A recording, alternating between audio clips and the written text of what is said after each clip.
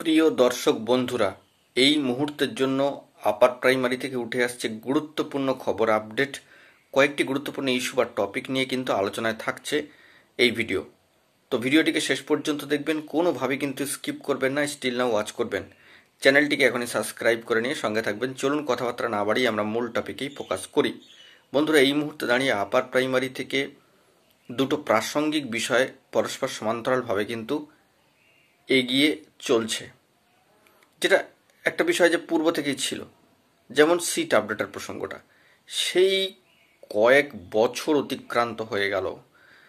প্রার্থীরা যারা TET pass trend, তাদের ক্ষেত্রে যে ইস্যুটা অত্যন্ত জরুরি, যারা টেট পাস ট্রেন্ড তাদের ক্ষেত্রে কিন্তু সিট আপডেট হওয়া প্রয়োজনীয়তা রয়েছে। টেট পাস ট্রেন্ড নির্ধারিত সময়ের মধ্যে ট্রেনিং করেছিলেন। সিট আপডেট না হলে কি হবে সেটা আর বলার অপেক্ষা রাখে না। তবে সিট আপডেটের দাবিকে সামনে রেখে প্রবলভাবে কিন্তু আন্দোলন কর্মসূচি, অবস্থান কর্মসূচি চলছে সম্মানীয় শহীদ মাতঙ্গিনী হাজরা মূর্তির পাদদেশ অঞ্চলে, এবং এখনও পর্যন্ত সেটি বহাল রয়েছে। কিন্তু মাথার উপরে রয়েছে কন্টেম মামলা আপার প্রাইমারির ক্ষেত্রে, যেটা একেবারে নির্দিষ্ট সময়ের পরিপ্রেক্ষিতে এবং উল্লেখযোগ্য গ্রাউন্ডে খুবই গুরুত্বপূর্ণ কিন্তু হতে চলেছে আগামীর জন্য।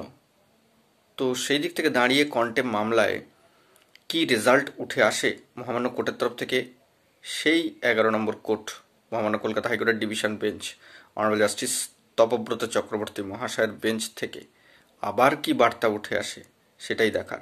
কারণ এই 11 নম্বর কোর্ট থেকে কিন্তু নিয়োগের বার্তা এসেছিল। কার্যত ঘুরে ফিরে সেই পরিস্থিতি আবার আসছে না। তো সম্ভাব্য কি ঘটবে এখনই বলা মুশকিল। তবে যদি সেভাবে প্রসেস এগিয়ে যায় এবং সিট আপডেটের বিষয়টি ধারাবাহিকভাবে এরকমই থাকে, তবে একটা কলিশনের জায়গা কিন্তু তৈরি হতে পারে। কখন কোথা থেকে কি হবে কেউই জানে না। যারা ইন্টারভিউ বঞ্চিত আপার প্রাইমারি চাকরি প্রার্থীবৃন্দ, তারা ইতিমধ্যেই কিন্তু সর্বোচ্চ ন্যায়ালয় সুপ্রিম কোর্টে মামলা রিফাইলিং করে রেখেছেন।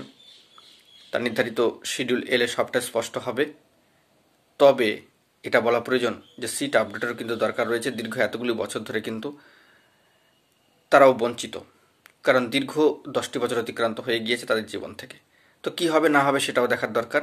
এবং সর্বোপরি বলা যায় West Bengal central school service কমিশনের তরফ থেকে এই বিষয়গুলিকে মাথায় রেখে কি কি ইনিশিয়েটিভ নেওয়া হয় বা কি কি ইনিশিয়েটিভ নেওয়া হতে পারে, সেই বিষয়ে যদি অফিসিয়ালি তথ্য উঠে আসে তখনই কিন্তু সবটা সকলের কাছে স্পষ্ট হবে। অগ্রিম কিছু বলা মুশকিল।